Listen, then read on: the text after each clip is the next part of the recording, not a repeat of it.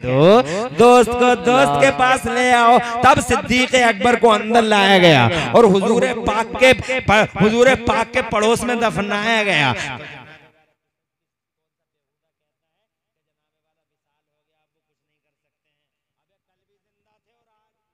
बेशक जिंदा। आज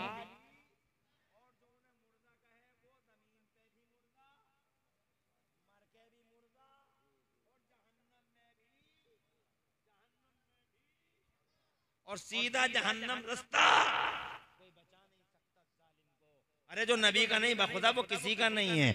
आगे बढ़ता हूँ जी जनाब वाला। पहले नबी की जिंदगी दिखाऊं, इसीलिए तो हुजूर की बीवियों को हुक्म है कि वो किसी से अरे मेरी बीवी मर जाए, मैं मर जाऊं, तुम मर जाओ, तो तुम्हारी मेरी बीवी इज्जत गुजार के किसी से भी निकाह कर सकते नहीं कर सकते? अरे कर सकते नहीं कर सकते? मगर नबी की बीवी को हुक्म है कि वो पर्दा फरमाने के बाद निकाह नहीं कर सकते किसी से, क्योंकि निकाह वो करे जिसका मर गया हो। अरे बोलो ना यार, निकाह वो करेगा जिसका, और जिसका जिंदा है वो निकाह कैसे करेगा? आगे बढ़ते हैं। और नबी की जिंदगी का एक सबूत और दे दूं, नबी की जिंदगी का एक सबूत और दे दूं। मगर अब मुझे ऐसा लग रहा है कि तुम्हारे होश व हवास कमजोर पड़ गए हैं। अब हाँ, होश व हवास कमजोर पड़ गए। मुझे ऐसा लग रहा है 1.5 घंटे में ही तुम्हारा काम हो गया। मगर अल्हम्दुलिल्लाह अभी मैं 15 मिनट सुनाने की ताकत और रखता हूँ। कहो तो सुना लूं। ये बेनमाजी है, ये बेरोजेदार है, ये यतीमों का माल खाते हैं, वो बेवाओं का हक मारते हैं, वो फैशन परस्त हैं, वो डीजे पे नाचते हैं, वो डांस करते हैं, वो ढोलक बजा रही है, वो गीत गा रही है, वो हाथ में पर्दे की धज्जी बिखेर रही है, वो बाजार पे जा रही है, वो मज़ार पे बैठी है,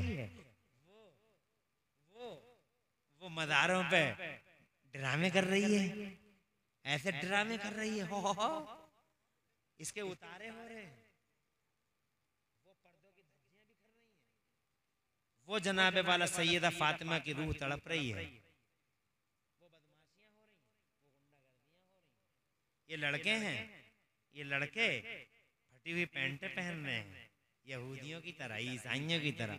कुछ लड़के ऐसे भी हैं जो लड़के बालों में फैशन निकाल रहे हैं, इधर लाइन निकाल दी, इधर लाइन निकाल दी, कुत्तों की तरह जैसे कुत्ते निकालते हैं। ये लोग हैं वीआईपी कहलाते हैं अपने आप को, मगर ये खड़े होके खाने खा रहे हैं शादियों में, हैं पेटुए प्लेटें लिए घूम रहे हैं, एक के हाथ में रोटी, एक के हाथ में बोटी, पानी दूर दूर तक कहीं नहीं। मैंने कहा या अल्लाह तेरा बड़ा शुक्र है, बड़े बड़े अरबपतियों को तूने इस शादी के हाल में भिखारी बना डाला।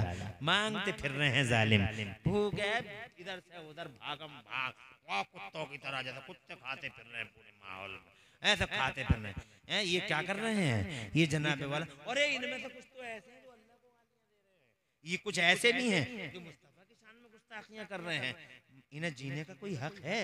पिछली कौमें तो इसीलिए मर गई थी। मेरा अल्लाह फरमाता मैंने कौम मदियन को मार डाला, मैंने कौम समूद को मार डाला, मैंने कौम आद को मार डाला, मैंने कौम ऐका को मार डाला, मैंने सबको बर्बाद कर डाला। मैं कहर हूँ, कहर बरपा दिया मैंने, मैं जब्बार हूँ, कौन रोकेगा मुझे? वकम मिन क़रयतिन अहलकना फजा बासना, वो नाहंजार थे, नाफरमान थे, वो जालिम थे, औबाज थे, गुंडागर्दी कर रहे थे, बदमाशी कर रहे थे, सूरमाई कर रहे थे, गरीबों के गिरबान फाड़ रहे थे, वो चोरियां कर रहे थे, डकैतियां कर रहे थे, वो सरमायादाना सिस्टम को हवा दे रहे थे। मैंने मार डाला सबको, वो नाफरमान थे, मार डाला, कोई जिंदा नहीं बचा, कोई भी एक भी जिंदा नहीं बचा, मार डाला मैंने सबको। कौन रोकेगा अल्लाह को? कोई रोकेगा? और अल्लाह की ताकत 56 सेकंड। आज तो लोग अल्लाह से डर ही कहां रहे हैं? 56 सेकंड समंदर में लहर उठी, 56 सेकंड सुनामी, इंडोनेशिया के साहिल पे 10 लाख लोग मर गए। 1 सेकंड जलजला, तुम्हारे यहाँ भी आया परसों रात जलजला? नेपाल में जलजले का केंद्र मुरादाबाद हिल गया। अल्लाह आज भी लोगों को खबरदार कर रहा है कि कितनी मशीनें हो गई तुम्हारे पास, मगर आज भी बेबस हो तुम, कुछ नहीं हो। जी जी, एक झटके में तबाह कर दूंगा पूरी दुनिया को। मगर ये अल्लाह ये तो बता, तवज्जो है? अरे है। जब तूने नाफरमानों को मार डाला ना, अरे इधर देखो यार, नाफरमानों को मार डाला, ये शुरू से आखिर तक रोता ही रह गया हैं? इसकी माँ ने कहा था कि रोते ही रहिए हो।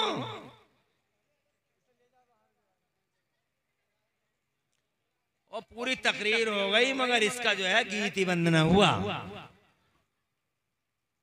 शैतान भी बड़ा शैतान है। इधर देखो यार, तवज्जो है? सुना लूं, दरूद शरीफ पढ़ लो, अल्लाहुम्मा सल्ली अला सय्यिदना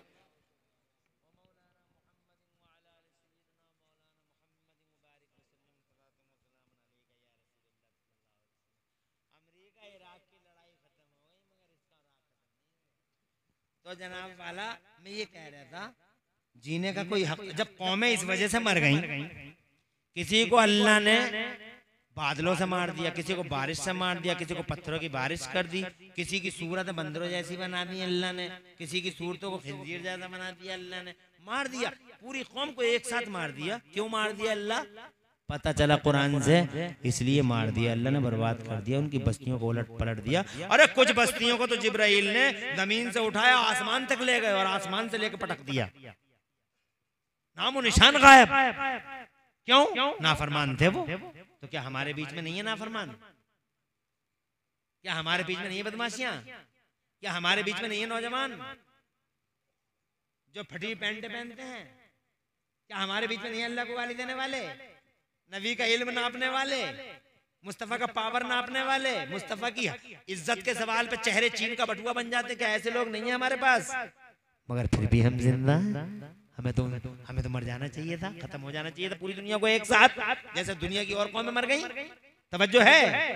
अरे है। मुझे बताओ, जब पिछली कौमों पे इसलिए अजाब आया था कि वो नाफरमान थे, तो हमारे बीच में नाफरमानी कुछ कम हो रही है क्या? मगर फिर भी हम जिंदा हैं। तो हम जिंदा हैं तो क्यों जिंदा हैं? सवाल ये है। सवाल समझ में आया? अरे हम जिंदा हैं तो क्यों? इस सवाल का जवाब कुरान में है। मेरा अल्लाह फरमाता है, मार देता, तबाह कर देता, सबको उजाड़ देता, पूरी बस्तियों को वीरान कर देता। अल्लाह फरमाता वमा कान अल्लाहु लियुअज़्ज़िबहुम व अंत फ़ीहिम। ओ मेरे नबी, मार देता, बर्बाद कर देता, उजाड़ देता, मैं इस कौम को भी तबाह कर देता, मगर मेरे महबूब, मेरी शान नहीं कि जिस कौम में तुझ जैसा मेरा नबी सलामत हो। वाह वाह बेशक, सुभान अल्लाह, सुभान अल्लाह। और जोर से यार।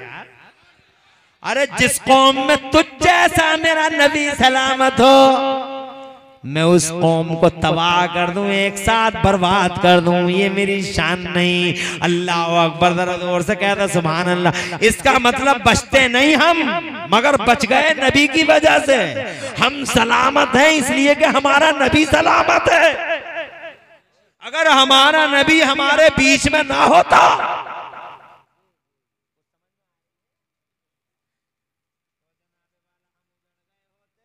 अब लोग कहते हैं नबी मादल मर के मिट्टी मिल गए। मुझे बताओ वो सवाल और ये जवाब देखो आप। खुदा की कसम आज भी जिंदा हो, और कुरान कह रहा है इस वजह से कि नबी सलामत हैं। तो सीना उठा के 56 का नहीं 72 इंच का सीना करके चौराहे पे कहो हमारा नबी सलामत है। क्या दलील है? हमारा नबी सलामत है, और दलील ये है कि हम सलामत हैं। अब अगर कोई आदमी ये कह दे, कोई आदमी अगर ये कह दे कि इतना जुल्म हो रहा वो क्यों नहीं कर रहे, इतना सितम हो रहा वो क्यों नहीं कर रहे, तवज्जो है? अगर वो होते तो कुछ करते, वो होते तो कुछ करते, और तू कुछ नहीं करता। तू मस्जिद में बैठ के दुआएं मांगता। अल्लाह, अबे नबी ने खाली दुआएं मांगी है, मस्जिद में बैठ के दुआएं मांगी है, मैदान में भी आए हैं। तवज्जो है तुम्हारी? तो तू दुआएं मांगता। अब सवाल ये है कि चलो भाई तेरी बात को हमने देखो तवज्जो दे ली कि ये कुछ नहीं है, तभी तो इधर कुछ ना हुआ। अब हम तुझसे ही पूछ रहे हैं, इसका मतलब अल्लाह भी कुछ नहीं है माज़अल्लाह। अरे तू हमारे नबी पे एतराज कर रहा है, वलियों पे एतराज कर रहा है, हम अल्लाह की बात बता रहे हैं।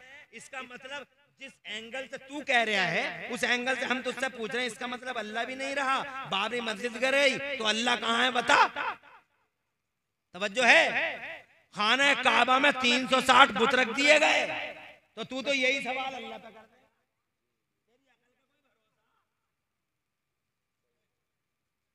तेरी अकल का कोई,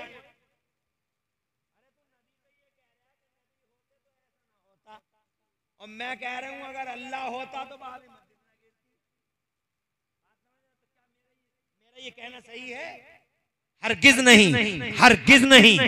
ला इलाहा इल्लल्लाह मुहम्मदुर रसूलुल्लाह।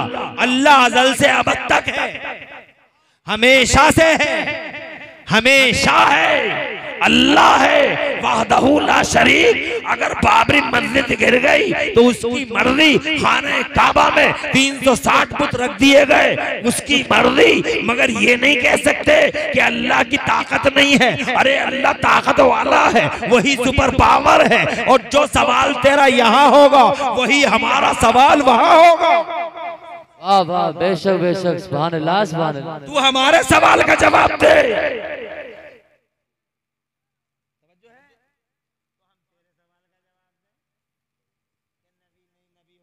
कर देता है उनकी मर्जी। अब जनाबे वाला बात आगे करते हैं और आपको ये बताने की कोशिश करते हैं कि ए लोगों, इस दुनिया में सबसे बड़ी हकीकत मेरे मुस्तफ़ा हैं, क्योंकि वो दुनिया में है। अल्लाह दुनिया से आउट है, इसलिए कि अल्लाह खालिक है। जी बेशक, अल्लाह खालिक है। और इस दुनिया में, इस मखलूक में सबसे बड़ी हकीकत मेरे मुस्तफ़ा। उनके करीब रहो, उनसे मोहब्बत करते रहो, उनकी गुलामी करते रहो। यकीनन अगर तुमने उनकी गुलामी कर ली, दुनिया में भी कामयाब रहोगे और आखिरत में भी कामयाब रहोगे। और याद रखना, जो नबी का ना हो सका, अल्लाह की कसम वो किसी का ना हो सकेगा। इसलिए नबी के गद्दारों से दूरी बनाए रखना, इनसे यारी दोस्तियां मत करना, और अपनी अनमोल नमाजों को इधर उधर मत फेंकना। जैसे तुम नमाज एक ऐसी चीज है जिसकी कोई कीमत नहीं है। नमाज एक ऐसी चीज है जिसकी कोई कीमत, या है कोई कीमत? अगर नमाज की कोई कीमत होती तय मुकर्रर, तो जनाबे वाला सबसे ज्यादा मालदार मौलवी होते। क्योंकि बहुत सारे लोग मौलवियों से कहते हैं हम आपको 1 करोड़ रुपए दे देंगे, 1 महीने की नमाज हमारी पढ़ दियो। तवज्जो है। मगर कोई एक नमाज का बता सकता कितना दाम है? अनमोल है नमाज, इसका मोल ही नहीं है। तो ऐसी अनमोल नमाज को जो जाए कर रहे हो, कभी इधर पढ़ ली, कभी उधर पढ़ ली, कभी यहाँ पढ़ ली, अल्लाह सब कबूल कर लेगा। अल्लाह सब, एक लफ्ज अल्लाह सब कबूल। अबे कौन सा कर लेगा अल्लाह कबूल? अल्लाह ने डिसिप्लिन भी तो रखी है। कोई कहे मैं बगैर वजू के ही पढ़ के दिखा दूंगा, अल्लाह सब कबूल कर लेगा, तो बगैर वजू के पढ़ के तो दिखा देगा, मगर अल्लाह कबूल नहीं करेगा। क्योंकि अल्लाह ने डिसिप्लिन रखी है कि पहले वजू बना, और ऐसे ही अल्लाह ने ये डिसिप्लिन रखी है कि नमाज उसके पीछे पढ़ो जिसके दिल में रसूल की मोहब्बत का चिराग जलता हो, तो कबूल होगी, वरना नहीं होगी। इसलिए लोगों हर चीज में ख्याल रखो। मेरे पास तो मैं और भी कुछ बताता, बहुत टाइम हो गया, इंशाअल्लाह किसी मौके पे बताऊंगा। और मुस्तफ़ा जान रहमत की जिंदगी और उनकी हयात पर मुझे बहुत बातें याद आ रही हैं। अब तुम चले जाओगे और अब तुम टाइम हो जाएगा ज्यादा। अभी अगर ना जाओ 10 मिनट तो बता दूं। अरे 10 मिनट और बोल दूं, पूरे 2 ही घंटे कर दूं। 20 मिनट नहीं 10 मिनट, कोई जाएगा नहीं, कोई गया तो वहीं स्टॉप कर दूंगा। नमाज जरूरी है, पढ़ो, मगर इस नमाज का भी मैसेज देख लो, इस नमाज का भी मैसेज देख लो, इस नमाज का भी मैसेज देख लो। कब हुई नमाज फर्ज? कब हुई? मेराज की रात में। कब हुई? मेराज की रात में। कितनी हुई? अरे वो तो सबको याद है कितने टाइम की। अब जरा मुस्लिम शरीफ की हदीस पढ़ो, और कोई हो जवाब देने वाला यहाँ से लेकर नज्द तक जवाब दे दे। मुस्लिम शरीफ की हदीस है।